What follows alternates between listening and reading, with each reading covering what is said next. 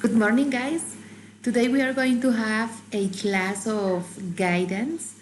We will first we are going to do a little review of the topic that we are already saw in the class. So I want you to take your guidance book, okay? Take your guidance book, and I need you to go to page 4. Page 4. This is only a review, okay?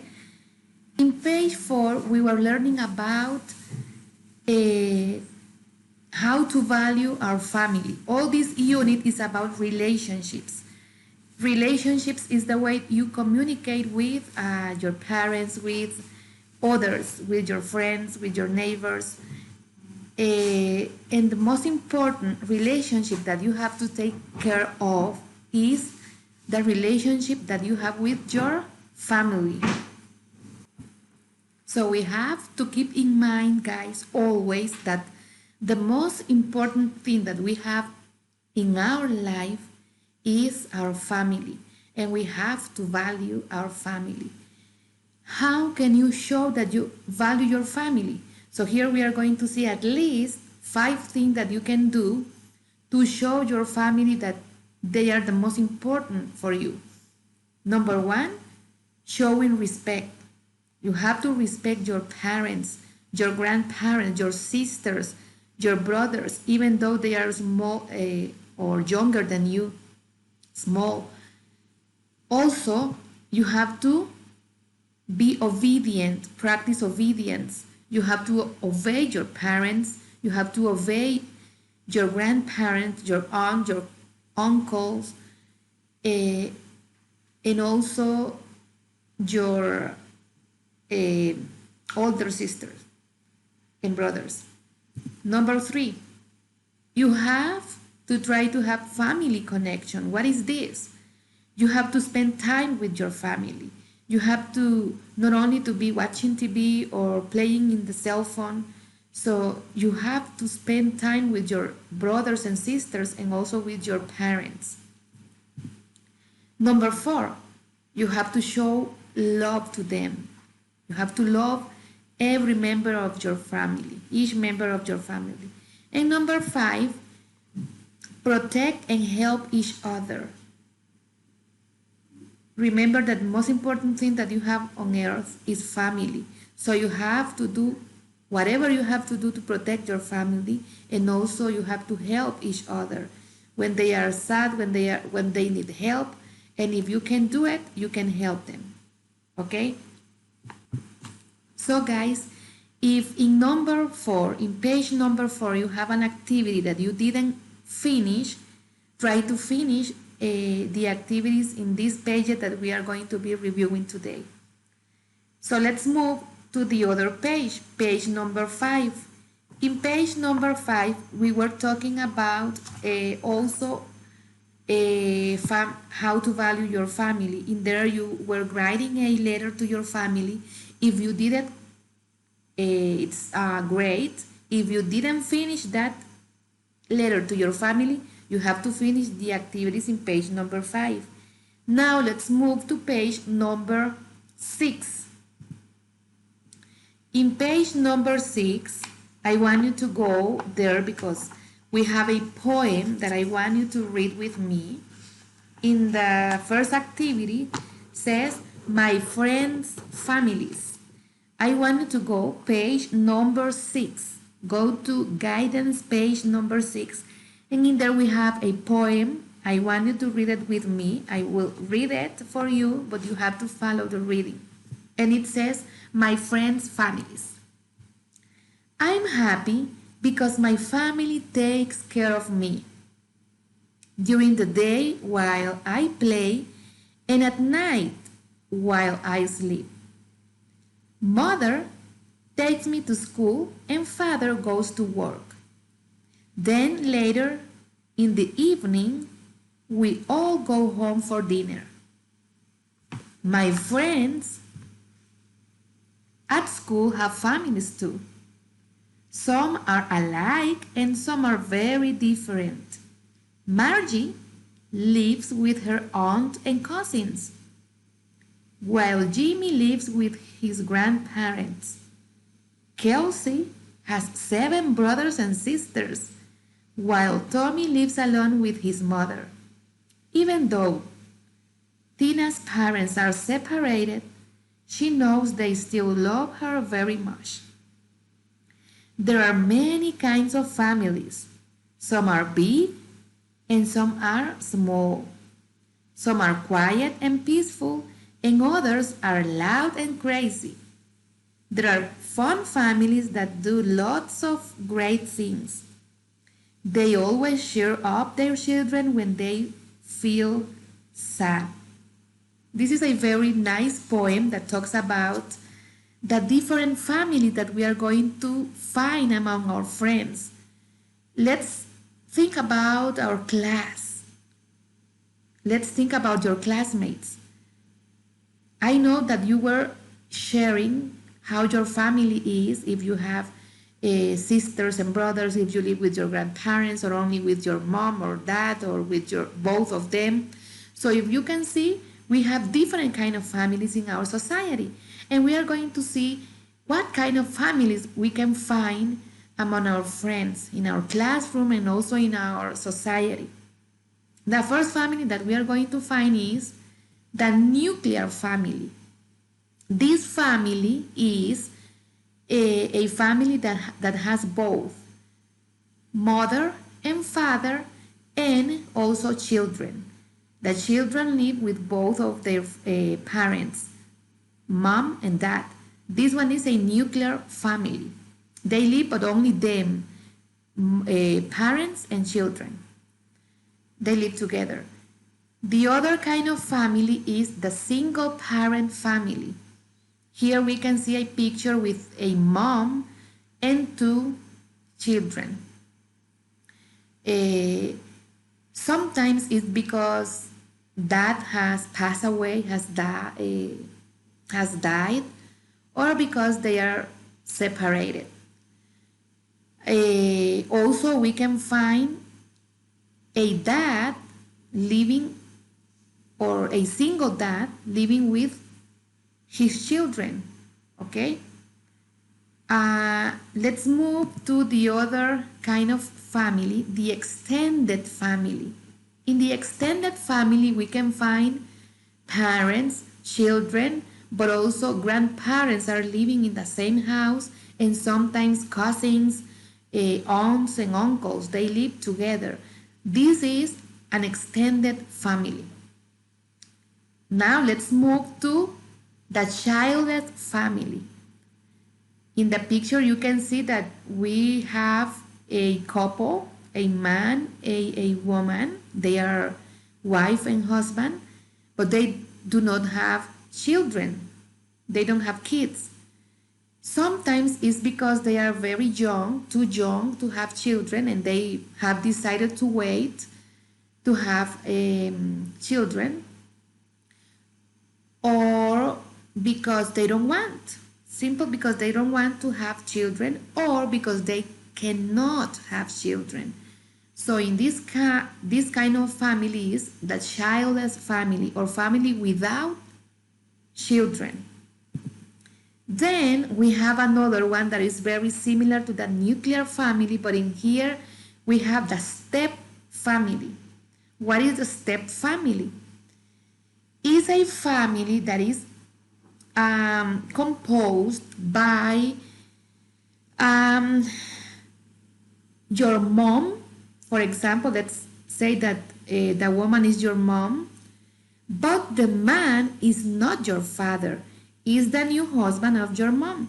So the man becomes your stepfather, or in the contrary, the man can be your dad, and the woman is the one who is married with your dad but is not your mom, so it's your stepmother, and you can have also stepbrother or stepsisters.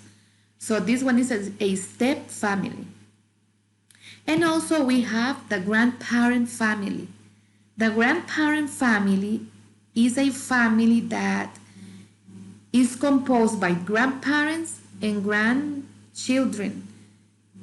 Parents parents are not present in this kind of families. Why? Maybe because they had an accident and they died, both of them, and grandparents are raising the children, taking care of the children, or sometimes because the mom was a single mom and she had to migrate to United States. We have many cases here in Honduras, like this case, in which parents have to travel to United States to work in there to support their family, and the children stay with the grandparents. So this kind of family is the grandparent family. So what we have to remember in here, guys, is that it doesn't matter what kind of family you belong to. Maybe you are living in a nuclear family or a single parent family, or you are living in an extended family or childless family. Well, not because you are a child, right? You are the son of someone, or a step family or a grandparent family. So it doesn't matter the situation. What you have to do is to value your family because they are taking care of you. And each family is special. So you have to think about what special things your family has that is unique, that makes your family unique. So think about that and value your family, okay? So in page number 6, if you have any activity that you didn't finish, please, you have to finish it because this is only a review. And let's move to the other. In page number 7, you are going to find roles in a family. Roles in a family. Even though we are part of a family, the family has rules, roles, and responsibilities. So according to our age or according to our role, we have specific things to do in a family. So in page number 7, there were some questions, 4 questions that you had to answer according to what do you do as part of your family. If you haven't finished page number 7, please finish all the activities in page number 7. Here I have a table that I want to share with you with the roles or the specific tasks that each member of the family has to do. For example, by one side we have parents and by the other side we have children. Children, what do they have to do in a family? Let's see. Parents. The role of parents, guys, in a family is to provide food, shelter, money, medicine, all the things that you need. The responsibility is for your parents to provide all these things, to educate and transmit values. It's also responsibility of your parents to transmit values to you. Especially in our society today, we need that families transmit values to their children. So once you become an adult, you can be a good citizen for your country. Another thing that they are the responsibles for doing it is provision of love and care. If your parents give you love, you are going to love each other. You are going to learn how to love. And also they are the ones who have to take care of you. Also, they are the responsibles of making important decisions. That's why you have to obey the decisions your parents take, because they, as an adult, know what is better for you. Another thing that they are very responsible for doing is preparing food. Nevertheless, you can learn how to prepare food and help your parents to do that also, depending on your age, obviously. Another thing that they have to do is to keep the house in order, okay? But also, they have the responsibility to teach you how to keep order in your house. If you are, well, you are old enough to keep your bedroom in order. So at this age that you are 10 or 11 years old, you have to keep your bedroom in order. You can do that. And you can help in that way to your parents. And also, they have the responsibility, your parents, of nurturing and raising the children. But by the other side, guys, you are part of your family, and as part of your family, you have to help them. So which one are your roles? The first role that you have to learn is to obey your parents. Children have to obey their parents. This is the first thing that you have to learn in life. If you learn to obey your parents, you are going to be good adults, because you are going to obey not only your parents but your teachers, the authorities, and you are not going to have problems because you learn how to obey. The second thing that you have to do, children or kids, is helping your parents in with household chores. What is this? If you, depending on your age, there are some activities at home that you can do, such as cleaning your bedroom, making your bed, feeding the pet, the dog or the cat, or activities that your parents are going to assign you according to your age. That's why sometimes the activity that you do will be different from the activity that your sisters or brothers do. Why? Because maybe they are smaller than you or bigger than you. Okay, let's go to the next one. Getting good grades at school. This one is something that is your responsibility. Your parents are responsible for providing the school supplies that you need, the books, the materials you need for going to school, and to pay for your school. But you are the responsible of studying and getting good grades. Why? Because thanks God you live nowadays you live only for studying. You don't have to work as other children that do not have the opportunity of studying, and they have to work being very small, being just kids. They have to work because they don't have the opportunity to go to school. But you have to take advantage of the opportunity that you have. So what you have to do is to try to get good grades at school.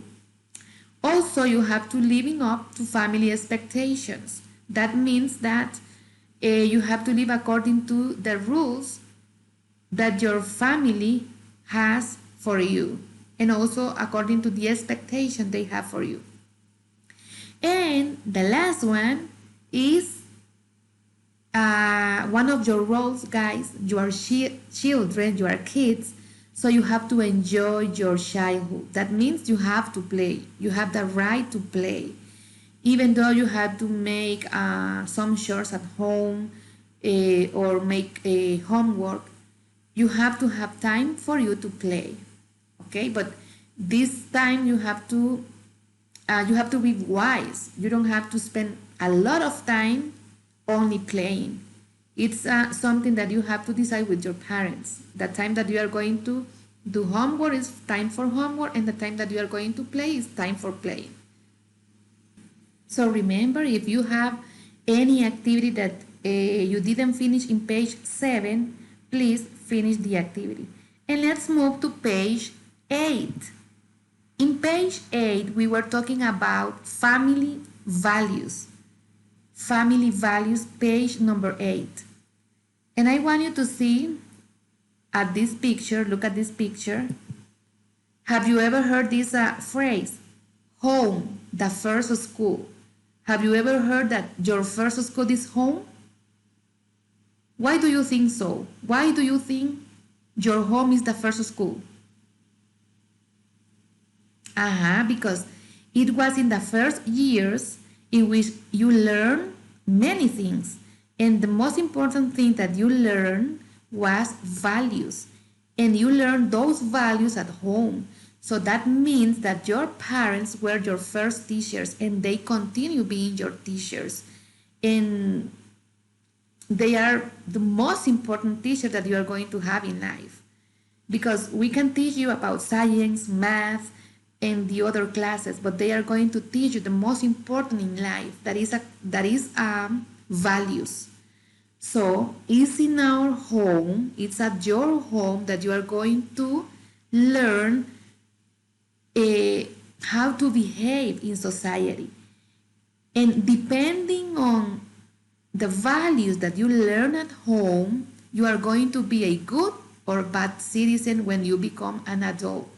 That's why family is very important in our society, because it's family the one that is molding or shaping the way that you are going to be when you become an adult. So in our family, we learn values such as knowing God, that is the most important, kindness, empathy. What else do you see here? Teamwork, being generous, to never give up, being honesty, integrity, be a good listener, good manners, self-control. Okay, there we have a lot of values that we can learn at home, and we maybe in the picture there are not others that you practice at home. So again, guys, if you have some activities in page number 8 that you didn't complete, this is the time for you to complete. So continue practicing values, guys, because it's the most important thing that you are going to learn, and the most important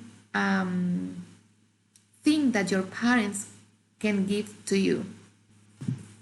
And now I want you to go to page 9. This is the last page that we are going to see. So please go to page number 9. And in here we are going to learn or talk about learning to make friends. So you are going to do the starting activity. You are going to do this activity. Look, starting activity. So in this part says that you have to ask an adult in your family, what does friendship mean to you? So ask your parents, it can be your mom or dad, what is friendship for them? And you have to write the answer in here. What is friendship for your mom, or what is friendship for your dad or someone else in your family, a cousin, a brother, a sister, okay, or your grandmother. So you have to write the answer in here, in this space of here. Okay. After that, this activity we are not going to do it because we are not in class, so we cannot talk about what is friendship for you. But after the answer of your parents or the adult that you ask to, think about what is friendship for you. Okay, what does it mean to have a friend for you? And then in this activity I'm going to explain you. In here you had to make a poster, but you are not going to make a poster because you had to work with some classmates, and we are not at school right now. So instead of the poster, you are going to make a card. And this one is what I wrote in a page that I sent to your parents by WhatsApp. It says that you have to make a card to one of your friends. Think about who is your best friend. Maybe it's one of your classmates, or maybe your best friend is someone who lives near to you, to your home. I don't know. Think about your best friend, and you are going to make a card like the one that you did for your fathers in the Father's Day. So you are going to elaborate to make a card for your best friend, and you are going to write in the card how much do you appreciate your friend, okay? So when you have the opportunity, you are going to give that card to your friend. You don't have to do it in these days because we cannot go out. But make the card, send me a picture, and when you have the opportunity to give the card to your friend, you are going to deliver the card to your friend. Okay? And then in this activity, you are going to do this activity also. It says, I decide. How can I become someone's friend? How can you become the friend of someone else? So you have to write 2 specific things that you can do to become someone's friend. How can you how can you become the friend of someone else? So I want you to write one thing in here that you can do to become a friend of someone else, and another thing in here that you can do to become the friend of someone else. Okay? Once you finish this page, I want you to see what I have in here. Learning to make friends, sorry. And I want you to read what Proverbs 18:24 says. It says, some friends may ruin you. That means that some friends are going to destroy you. But a real friend will be more loyal than a brother. This means that in life we are going to find 2 kinds of friends. We are going to find true friends or real friends, and also we are going to find false friends. But the Bible says that we can find friends that will be more loyal than a brother. But for you to make friends, the first thing that you have to do is you to go a good friend. And how can you be a good friend? So I will share with you some things that you can do for you to do or to be a good friend. Because sometimes we say, oh, I'm sad because I don't have friends. But sometimes it's because you are not being a good friend. So if you want to have a lot of friends, you have to start by being a good friend yourself. So let's see, how can you become a good friend, or how can you be a good friend? So in here it says how to be a good friend. Number 1, you have to be supportive. What is to be supportive? Being supportive is to help others. Okay, so if you want to be a good friend, good friends help each other when someone has a difficult situation. Okay, how can you help your friends? Saying positive things to them, sharing them up, giving, for example, a message with positive words to them when they are sad. Okay, so those are manners in which you can be supportive with them. Number 2, listen and check in. Listen to others or listen to your friends is another way that you can be a good friend. Sometimes in a relationship or in a friendship, there are people that only they want to speak and they do not allow the others to speak. That is not a good friend. A good friend is going to listen to the others also, what they feel, how do they feel, or what do they want to express. Okay, number 3 says talk kindly about them. If you are a good friend, you are not going to talk bad about your friends. If you are going to talk about your best friend to others, you have to be sure that what you are going to say is only positive things about your friends. Number 4 says, be honest with them. This is a very important characteristic of being a good friend. Being honest means that if there is something that you do not like, you have to tell your friends. If they are good friends, they are going to understand that you do not like those things and they are going to respect you. But also, you have to do the same. You have to respect the others. You have to respect your friends. Number 5 says, stay connected. Good friends keep in touch. How? Now we have the opportunity of sending messages by WhatsApp, so you can keep in touch with them through WhatsApp, or making a call to your friends to see how they are, especially in these moments that we are in a very hard situation. So maybe a message to your friend is going to make his or her day happy. Okay, so practice these 5 things and some others, and you are going to see that all kids will want to be your friends. Why? Because someone who is supportive, someone who listens to others, someone who talks only nice things about others, someone who is honest, and someone that stays in contact with others, it's someone that the others want to be friends with this person. But also, guys, I want you to go to Proverbs 13:20. The Bible says also that we have to be wise. Let's read what Proverbs 13:20 says.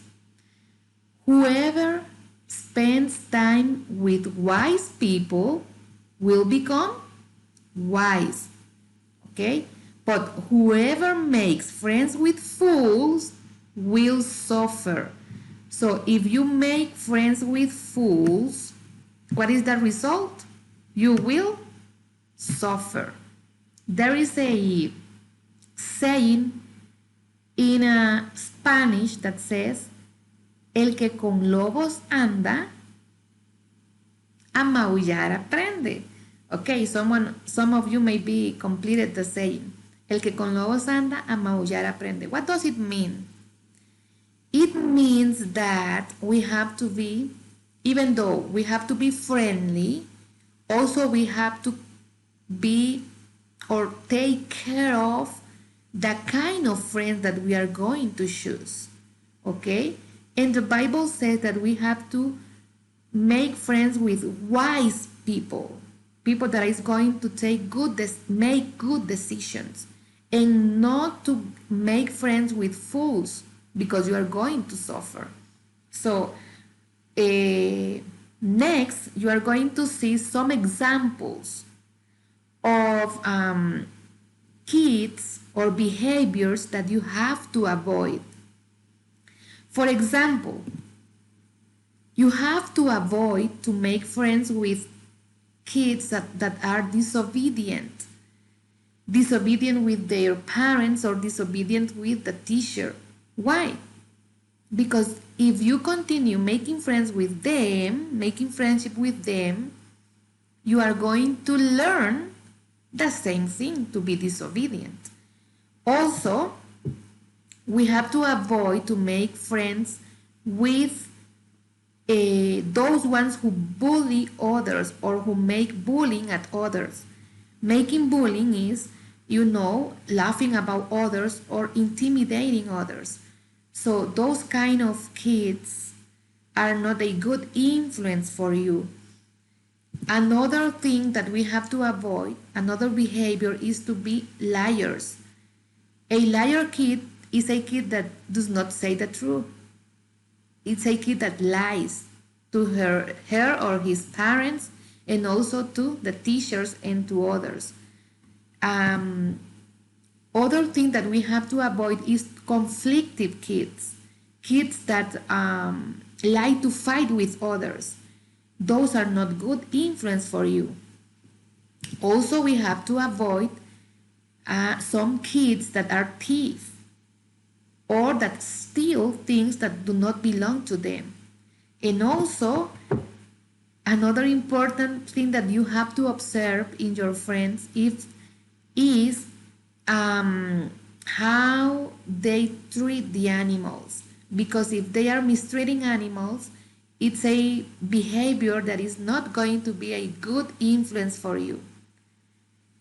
Nevertheless, I want to explain you something in this topic. As children of God, we are called to be the light of God. What does it mean to be the light of God? It means that you have to be an example for these kind of kids. Because maybe with your example, they are going to change. They are going to be obedient. They are going to respect the others. They are going to start saying the truth and not lying. They are going to stop fighting, or to stop stealing things, or to stop mistreating the animals. So something that you have to think about is how can you help these kind of kids? And the better thing that you can do is first to pray for them, and also second to be a good example for them. With your attitude, you can make this kind of kids to change. Okay, but if the attitude continues, if even though you show them how to act, if you show them, or if you told them that what they are doing is bad, and they continue doing that, the best thing that you can do is, okay, get apart from them and avoid those kind of influence, because it's not going to be a good influence for you. So guys, we have to ask for help to the Lord for being wise and make good friends, and deciding who are going to be our friends. So complete the activities in page 9. Remember to make the card for your best friend. And if you had other activities in the other pages from 4 to 9, complete those activities.